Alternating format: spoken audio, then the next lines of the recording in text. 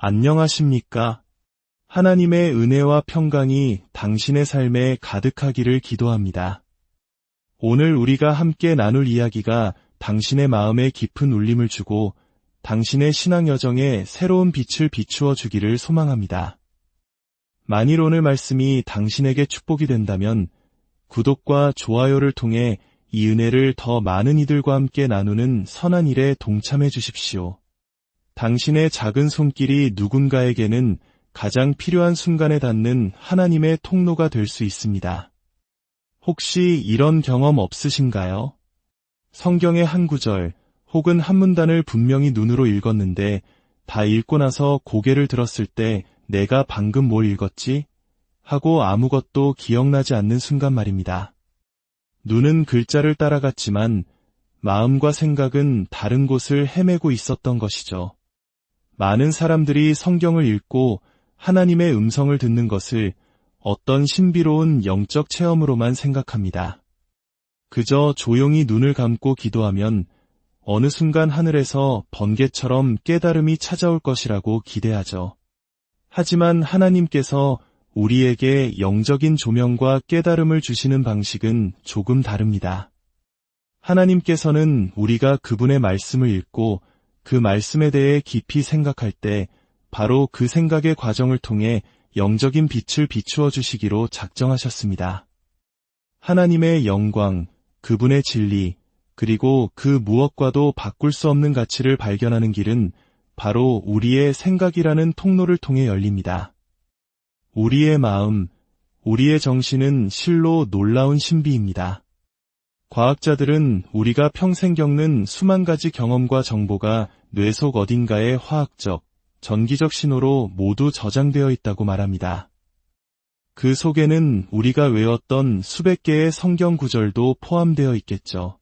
그런데 어떻게 그 수많은 정보 속에서 바로 지금 이 순간에 필요한 하나의 생각, 하나의 말씀이 떠오르는 걸까요?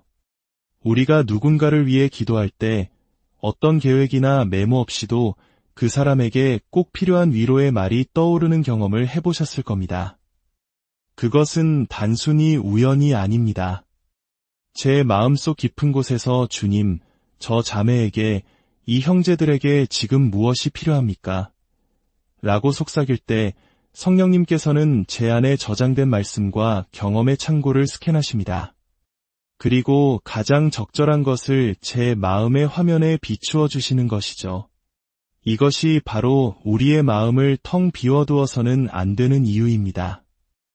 어떤 명상가들처럼 생각을 멈추고 마음을 공허하게 만드는 것이 영성의 길이 아닙니다. 오히려 우리는 하나님의 선한 말씀과 진리로 우리의 마음을 가득 채워야 합니다. 그래야 성령님께서 그 재료들을 가지고 일하실 수 있습니다. 우리 마음이라는 하드디스크에 성경이라는 위대한 문서가 저장되어 있을 때 성령님께서는 찾기 기능을 눌러 우리에게 필요한 진리를 정확히 찾아내어 보여주십니다. 그렇다면 어떻게 해야 이 놀라운 과정을 우리 삶 속에서 실제로 경험할 수 있을까요? 오늘 저는 5가지 구체적인 권면을 나누고자 합니다. 첫째, 기도하며 읽으십시오. 에베소서 3장에서 사도 바울은 이렇게 말합니다.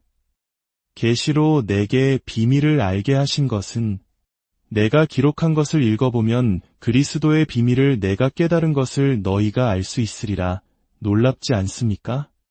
바울은 자신이 깨달은 심오한 영적 비밀을 우리가 읽을 때 이해할 수 있다고 말합니다. 물론 그는 에베소서 1장에서 교인들을 위해 지혜와 계시의 영을 너희에게 주사 하나님을 알게 하시고 너희 마음의 눈을 밝히사 그의 부르심의 소망이 무엇이며 알게 하시기를 구하노라 라고 간절히 기도했습니다. 그렇다면 깨달음은 기도로 오는 것입니까?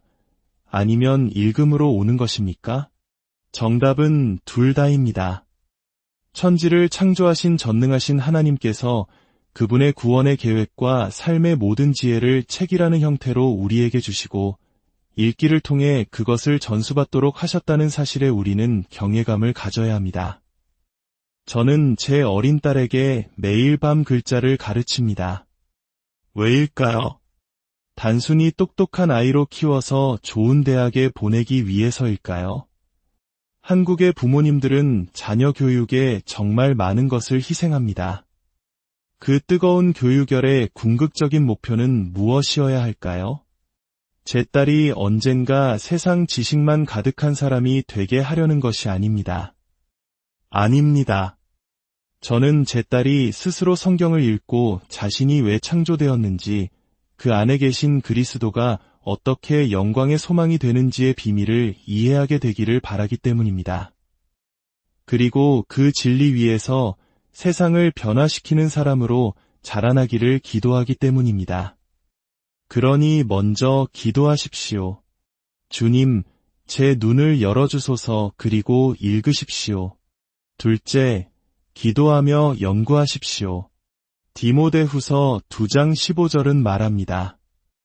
너는 진리의 말씀을 옳게 분별하며 부끄러울 것이 없는 일꾼으로 인정된 자로 자신을 하나님 앞에 드리기를 힘쓰라. 여기서 옳게 분별하며라는 말은 원어적으로 똑바로 자른다는 의미를 가집니다.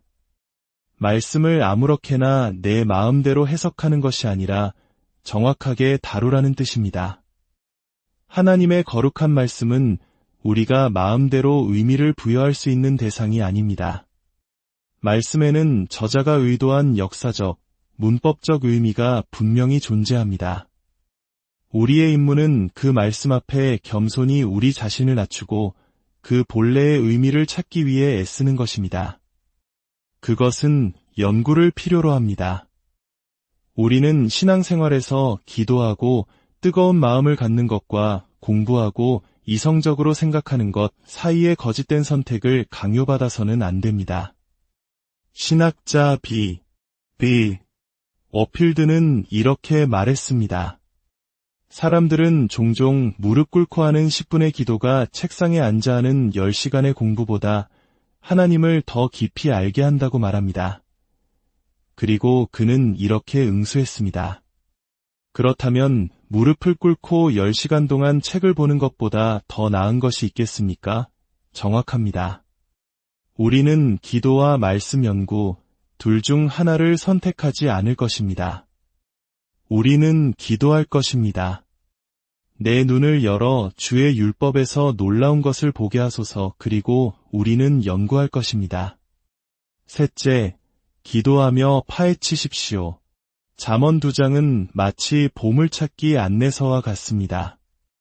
내 아들아, 내가 만일 나의 말을 받으며 나의 계명을 내게 간직하며 내 귀를 지혜에 기울이며 내 마음을 명철에 두며 지식을 불러 구하며 명철을 얻으려고 소리를 높이며 은을 구하는 것 같이 그것을 구하며 감추어진 보배를 찾는 것 같이 그것을 찾으면 여호와 경외하기를 깨달으며 하나님을 알게 되리니 말씀을 받고 간직하고 귀를 기울이고 마음을 두고 소리 높여 구하고 은처럼 숨겨진 보배처럼 찾으라고 말합니다. 저는 이것을 파헤친다고 표현하고 싶습니다. 만약 누군가 당신에게 성경책 한 권을 주면서 그 안에 순금으로 만든 얇은 나뭇잎들이 숨겨져 있고 그것을 다 찾으면 1,000만 원의 가치가 될 것이라고 말한다면 어떻게 하시겠습니까? 아마 당신은 그 책을 밤새도록 파헤칠 것입니다. 한 장 한 장 조심스럽게 넘기면서 금잎을 찾아낼 것입니다. 우리가 부르는 찬송가 가사를 기억하십니까? 은보다 더 귀하신 주, 금보다 더 귀한 분, 다이아몬드보다 더 아름다운 분이 바로 예수님이라고. 그분의 영광, 그분의 지혜는 금보다 10,000만 배는 더 가치가 있습니다. 그리고 그 보물은 바로 이 성경 안에 숨겨져 있습니다. 1840년대 캘리포니아 골드러시 때 어떤 사람이 금을 찾겠다며 먼 길을 떠났습니다. 그는 강가에서 딱 한 번 채로 흙을 걸러보고는 금이 나오지 않자 실망해서 곧장 집으로 돌아갔다고 합니다. 우리는 이런 사람이 되어서는 안 됩니다.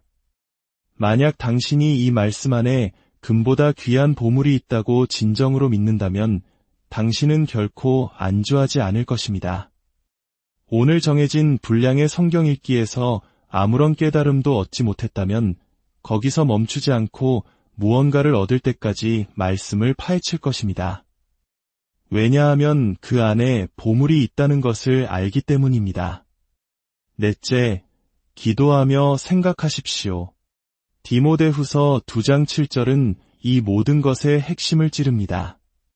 내가 말하는 것을 생각해보라. 주께서 범사에 내게 총명을 주시리라. 하나님께서는 우리가 말씀을 읽고 그 의미를 깊이 생각할 때 총명, 즉 이해력을 주시기로 하셨습니다.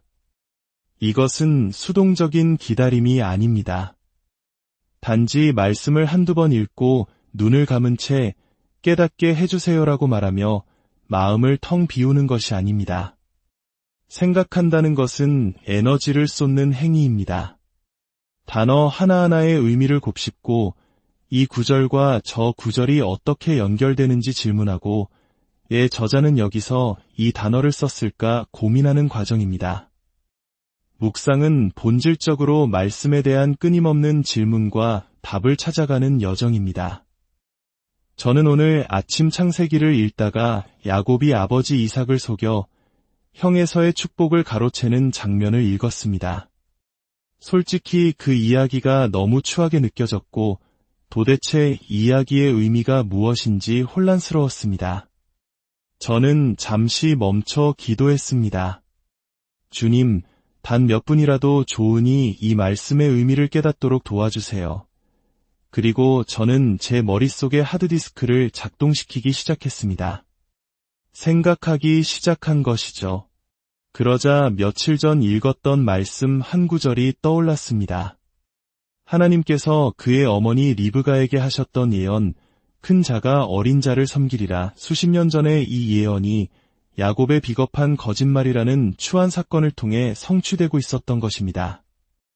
그 짧은 생각의 시간을 통해 저는 인간의 연약함과 추함 속에서도 당신의 언약을 신실하게 이루어 가시는 하나님의 주권을 발견할 수 있었습니다.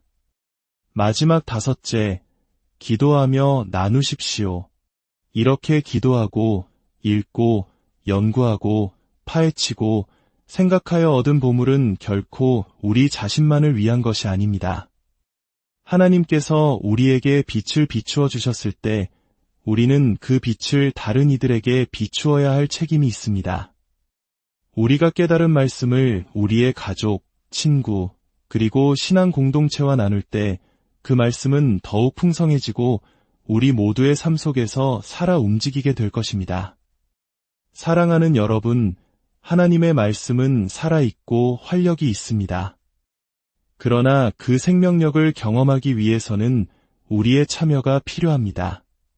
기도하는 무릎과 함께 부지런히 생각하는 머리를 하나님께 드리십시오. 말씀을 보물처럼 여기고 끈질기게 파헤치십시오. 그리할 때 성경의 흑백 글자들이 당신의 삶 속에서 총천연색으로 살아나 하나님의 영광을 비추는 놀라운 기적을 경험하게 될 것입니다. 함께 기도하겠습니다. 사랑과 은혜의 하나님 아버지, 저희에게 생명의 말씀을 주시니 감사합니다. 저희에게 기도하는 마음뿐만 아니라 부지런히 생각하고 연구하는 지혜로운 마음도 허락하여 주시옵소서. 말씀 속에 감추어진 보물을 찾고자 하는 열망을 주시고 그것을 발견했을 때의 기쁨을 누리게 하옵소서. 그리하여 매일의 삶 속에서 주님의 말씀을 통해 더욱 깊이 주님을 알아가고 그 진리 안에서 참된 자유와 평안을 얻게 하소서. 이 모든 말씀, 우리를 구원하신 예수 그리스도의 이름으로 기도드립니다.